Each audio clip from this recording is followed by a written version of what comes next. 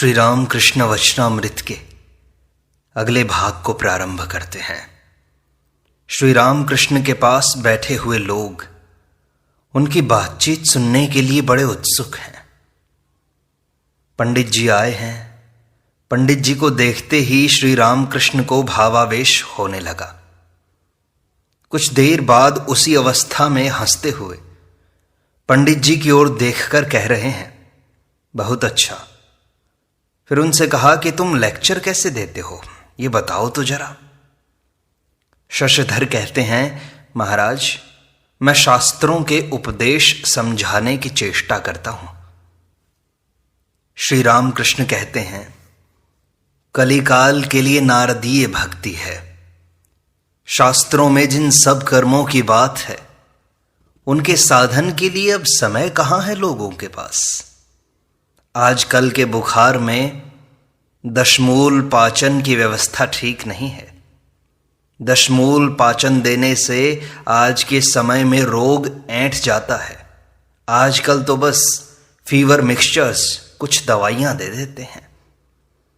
कर्म करने के लिए अगर कहते हो तो केवल सार की बात कह दिया करो। मैं आदमियों से कहता हूं, तुम्हें आपो धनन्या इतना सब न कहना होगा। गायत्री के जप से ही तुम्हारी बात बन जाएगी। अगर कर्म की बात कहनी ही हो तो ईशान की तरह दो एक कर्मियों से कह सकते हो। लाख लेक्चर दो परंतु विषयी मनुष्यों का कुछ न कर सकोगे। पत्थर की दीवार में क्या कभी कील गाड़ी जा सकती है? कील खुद चाहे टूट जाए, मुड़ जाए, पर पत्थर का कुछ नहीं हो सकता। तलवार की चोट से घड़ियाल का क्या कुछ बिगड़ सकता है? साधु का कमंडल चारों धाम हो जाता है पर ज्यों का त्यों कड़वा बना रहता है। तुम्हारे लेक्चर से विषयी आदमियों का विशेष कुछ होता नहीं है। यह बात तुम खुद धीरे धीरे समझ जाओगे। बछड़ा एक साथ ही खड़ा नहीं हो जाता, कभी कभी गिर जाता है और फिर उठने की कोशिश करता है। तब खड़ा होना और चलना भी सीखता है। कौन भक्त है और कौन विषयी, यह बात तुम समझते नहीं। यह तुम्हारा दोष भी नहीं। पहले जब आंधी आती है तब कोई यह नहीं पहचान पाता को नाम है और को निमली। ईश्वर लाभ जब तक नहीं होता तब तक कोई कर्मों को बिल्कुल छोड़ नहीं सकता। संध्या वंदन आदि कर्म कितने दिनों के लिए हैं, जब तक ईश्वर के नाम पर अश्रु और पुलक न हो।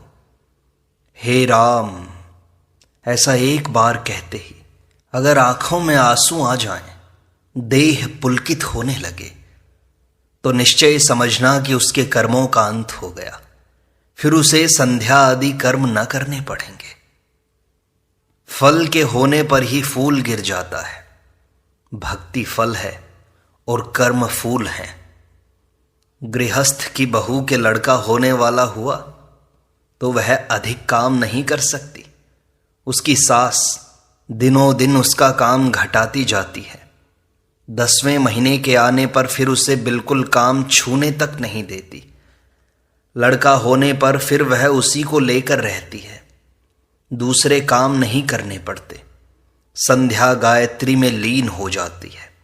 गायत्री प्रणव में, प्रणव समाधि में। जैसे घंटे का शब्द टम ट अ म, योगी नाद भेद करके परब्रह्म में लीन हो जाते हैं। समाधि में संध्या आदि कर्मों का लय हो जाता है। इसी तरह ज्ञानियों के कर्म छूट जाते हैं। समाधि की बात कहते ही श्री राम कृष्ण का भाव बदलने लगा। उनके श्रीमुख से स्वर्गीय ज्योति निकलने लगी। देखते देखते बाह्य ज्ञान जाता रहा। शब्द रहित हो गए। आंखें स्थिर हो गई। वे इस समय परमात्मा के दर्शन कर रहे हैं। बड़ी देर बाद प्राकृत अवस्था आई। बालक की तरह कह रहे हैं, मैं पानी पीऊंगा। समाधि के बाद जब पानी पीना चाहते थे तब भक्तों को मालूम हो जाता था कि अब ये क्रमशः बाह्य भूमि पर आ रहे हैं। श्री राम कृष्ण भावावेश में कहने लगे, मां, उस दिन ईश्वर चंद्र विद्यासागर को तूने दिखलाया। इसके बाद मैंने फिर कहा था, मां, मैं एक दूसरे पंडित को देखूंगा, इसीलिए मुझे यहां ले आई। फिर शशधर की ओर देखकर कहने लगे, भैया कुछ और बल बढ़ाओ, कुछ दिन और साधन भजन करो। पेड़ पर अभी चढ़े नहीं और अभी से फल की आकांक्षा करने लगे हो, परंतु लोगों के भले के लिए तुम यह सब कर रहे हो। जब पहले पहल मैंने तुम्हारी बात सुनी तो लोगों से पूछा, सिर्फ पंडित है या कुछ विवेक वैराग्य भी है? जिस पंडित को विवेक नहीं वह पंडित ही नहीं। अगर आदेश मिला हो तो लोक शिक्षा में कोई दोष नहीं। आदेश पाने पर अगर कोई लोक शिक्षा देता है तो फिर उसे कोई पराजित नहीं कर सकता। सरस्वती के पास से अगर एक भी किरण आ जाए तो ऐसी शक्ति हो जाती है कि बड़े बड़े पंडित भी सिर झुका लेते हैं। दिया जलने पर झुंड के झुंड कीड़े इकट्ठे हो जाते हैं, उन्हें बुलाना नहीं पड़ता। उसी तरह जिसे आदेश मिला हो उसे आदमियों को बुलाना नहीं पड़ता। अमुक समय में लेक्चर होगा यह कहकर खबर नहीं भेजनी पड़ती, उसी में आकर्षण होता है। और इतना कि आदमी अपने आप खींचकर आ जाते हैं। तब राजा बाबू सभी स्वयं ही दल बांध बांध कर उसके पास आ जाते हैं और कहते रहते हैं, आपको क्या चाहिए? आम, संदेश, रुपया, पैसा, दुशाले सब यहां ले आया हूं, आप क्या लेंगे? मैं उन आदमियों से कहता हूं, दूर करो, यह कुछ मुझे अच्छा नहीं लगता, मैं कुछ नहीं चाहता। चुंबक पत्थर क्या लोहे से कहेगा कि मेरे पास आओ? कहना नहीं पड़ता, लोहा अपने आप ही चुंबक पत्थर के आकर्षण से आ जाता है। सच है कि इस तरह का आदमी पंडित नहीं होता, परंतु इसलिए यह न सोच लेना कि उसमें ज्ञान की कमी होती है। कहीं किताबें पढ़कर भी ज्ञान होता है भला? जिसे आदेश मिला है उसके ज्ञान का अंत नहीं है। वह ज्ञान ईश्वर के पास से आता है, वह कभी चूकता नहीं। उस देश में धान नापते समय एक आदमी नापता है और दूसरा राशि थेलता जाता है। उसी तरह जो आदेश पाता है वह जितनी ही लोक शिक्षा देता रहता है, माँ उसकी ज्ञान की राशि पूरी करती जाती है। उस ज्ञान का अंत नहीं होता। मेरी अवस्था इसी प्रकार की है। माँ यदि एक बार भी कृपा की दृष्टि फेर दे तो क्या फिर ज्ञान का अभाव रह सकता है क्या? इसलिए पूछ रहा हूं तुमसे, तुम्हें कोई आदेश मिला है या नहीं? हाजरा कहते हैं, हां, आदेश अवश्य मिला होगा, क्यों महाशय? पंडित जी कहते हैं, नहीं, आदेश तो विशेष कुछ नहीं मिला। गृह स्वामी इस पर कहते हैं, आदेश तो जरूर नहीं मिला, परंतु कर्तव्य के विचार से लेक्चर देते हैं। श्री राम कृष्ण कहते हैं, जिसने आदेश नहीं पाया उसके लेक्चर से क्या होगा? एक ने लेक्चर देते हुए कहा था, मैं पहले खूब शराब पीता था, ऐसा करता था, वैसा करता था। यह बात सुनकर लोग आपस में बतलाने लगे, खुद तो शराब पीता था। इस तरह कहने से उसे विपरीत फल मिला। इसलिए अच्छा आदमी बिना हुए लेक्चर से कोई उपकार नहीं होता। वहां के एक सरकारी अफसर ने कहा था, महाराज आप प्रचार करना शुरू कर दीजिए तो मैं भी कमर कसूं। मैंने कहा, जी एक कहानी सुनो। उस देश में हालदार पुकुर नाम का एक तालाब है। जितने आदमी थे सब उसके किनारे पर दिशा फरागत को जाते थे। सबको जो लोग तालाब पर जाते थे वे गाली गलोच की बौछारों से उनके भूत उतार देते थे, परंतु गालियों से कुछ फल न होता था। उसके दूसरे ही दिन सुबह फिर वही घटना होती। लोग फिर दिशा फरागत को आते। कुछ दिनों बाद कंपनी से एक चपरासी आया। वह तालाब के पास नोटिस चिपका गया। बस फिर वहां लोगों का आना जाना बंद हो गया, क्योंकि ऊपर से आदेश मिल गया था। इसलिए कहता हूं, ऐरे गहरे के लेक्चर से कुछ फल नहीं होता। चपरास के रहने पर ही लोग बात सुनेंगे। ईश्वर का आदेश न रहा तो लोक शिक्षा नहीं होती। जो लोक शिक्षा देगा उसमें बड़ी शक्ति चाहिए। चैतन्य देव अवतार थे, वे जो कुछ कर गए, कहो भला उसका अब कितना बचा हुआ है। और जिसने आदेश नहीं पाया उसके लेक्चर से क्या उपकार होगा। इसलिए कहता हूं, ईश्वर के पाद पद्मों में मग्न हो जाओ। यह कहकर श्री राम कृष्ण प्रेम से मतवाले होकर गा रहे हैं, ऐ मेरे मन, तो रूप के सागर में डूब जा। जब तू तलातल और पाताल खोजेगा तभी तुझे प्रेम रत्न धन प्राप्त होगा। इस समुद्र में डूबने से वह मरता नहीं, यह अमृत का समुद्र है। मैंने नरेंद्र से कहा था, ईश्वर रस के समुद्र हैं, तो इस समुद्र में डुबकी लगाएगा या नहीं बोल। अच्छा सोच, एक खप्पर में रस है और तू मक्खी बन गया है, तो तू कहां बैठकर रस पिएगा बता। नरेंद्र ने कहा, मैं खप्पर के किनारे बैठकर मुख बढ़ाकर पीऊंगा, क्योंकि अधिक बढ़ने से मैं डूब जाऊंगा। तब मैंने कहा, भैया यह सच्चिदानंद सागर है, इसमें मृत्यु का भय नहीं है। यह सागर अमृत का सागर है। जिन्हें ज्ञान नहीं वे ही ऐसा कहते हैं कि भक्ति और प्रेम की बढ़ा चढ़ी अच्छी नहीं है, परंतु ईश्वर प्रेम की क्या कहीं बढ़ा चढ़ी होती है भला। इसीलिए तुमसे कहता हूं, सच्चिदानंद सागर में मग्न हो जाओ। ईश्वर लाभ हो जाने पर फिर क्या चिंता है, तब आदेश भी होगा और लोक शिक्षा भी होगी। देखो, अमृत समुद्र में जाने के अनंत मार्ग हैं। किसी तरह इस सागर में पड़े कि बस हो गया। सोचो, अमृत का एक कुंड है, किसी तरह मुख से उस अमृत के पड़ने से ही अमर होते हो, तो चाहे तुम खुद कूदकर उसमें गिरो या सीढ़ियों से धीरे धीरे उतरकर कुछ पी लो, या कोई दूसरा धक्का मारकर तुम्हें कुंड में डाल दे, फल तो एक ही होगा। अमृत का कुछ स्वाद लेने से ही अमर हो जाओगे। मार्ग अनंत है। ज्ञान, कर्म, भक्ति, चाहे जिस मार्ग से जाओ, आंतरिक होने पर ईश्वर को अवश्य प्राप्त करोगे। संक्षेप में योग 3 प्रकार के हैं, ज्ञान योग, कर्म योग और भक्ति योग। ज्ञान योग में ज्ञानी ब्रह्म को चाहता है, नेति नेति विचार करता है।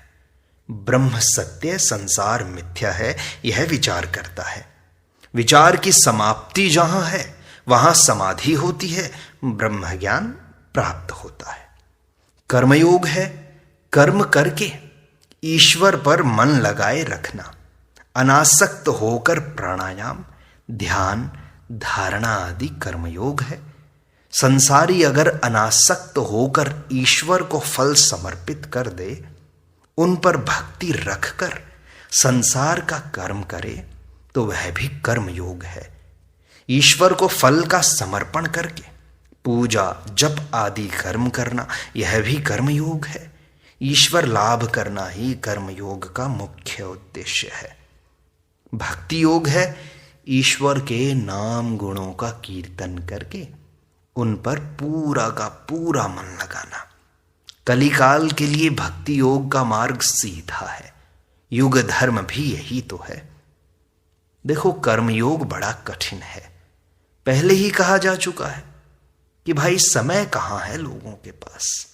शास्त्रों में जो सब कर्म करने के लिए कहा गया है उसका समय है कहां, तुम बताओ। कलिकाल में इधर आयु कम है, उस पर अनासक्त होकर फल की कामना न करके कर्म करना तो बड़ा कठिन है। ईश्वर को बिना पाए कोई अनासक्त नहीं हो सकता। तुम नहीं जानते, परंतु कहीं न कहीं से आसक्ति आ ही जाती है। ज्ञान योग भी इस युग के लिए बड़ा कठिन है। एक तो जीवों के प्राण अन्नगत हैं, तिस पर आयु भी कम है। उधर देह बुद्धि किसी तरह जाती नहीं, और देह बुद्धि के गए बिना ज्ञान संभव नहीं है। ज्ञानी कहता है मैं ही वह ब्रह्म हूं, न मैं शरीर हूं, न भूख हूं, न तृष्णा हूं, न रोग हूं, न शोक हूं, जन्म मृत्यु सुख दुख इन सब से परे हूं। यदि रोग शोक सुख दुख इन सब का बोध रहा तो तुम ज्ञानी कैसे हो सकोगे। इधर हाथ कांटों से छिद रहे हैं, घर घर खून बह रहा है, खूब पीड़ा होती है, फिर भी कहता है कहां, हाथ तो कटा ही नहीं, मेरा क्या हुआ है। इसीलिए इस युग में भक्ति योग है। इससे दूसरे मार्गों की अपेक्षा ईश्वर के पास पहुंचने में सुगमता है। ज्ञान योग या कर्म योग अथवा दूसरे मार्गों से भी लोग ईश्वर के पास पहुंच सकते हैं, मना नहीं है, परंतु इन सब रास्तों से मंजिल पूरी करना बड़ा कठिन है। इस युग के लिए भक्ति योग है। इसका यह अर्थ नहीं है कि भक्त एक जगह जाएगा, ज्ञानी या कर्मी दूसरी जगह जाएंगे।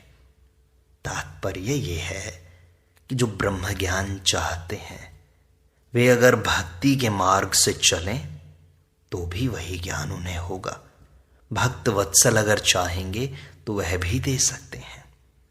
भक्त ईश्वर का साकार रूप देखना चाहता है, उनके साथ बातचीत करना चाहता है। वह बहुधा ब्रह्म ज्ञान नहीं चाहता, परंतु ईश्वर इच्छामय है। उनकी अगर इच्छा हो तो वे भक्त को सब ऐश्वर्यों का अधिकारी कर सकते हैं, भक्ति भी देते हैं और ज्ञान भी।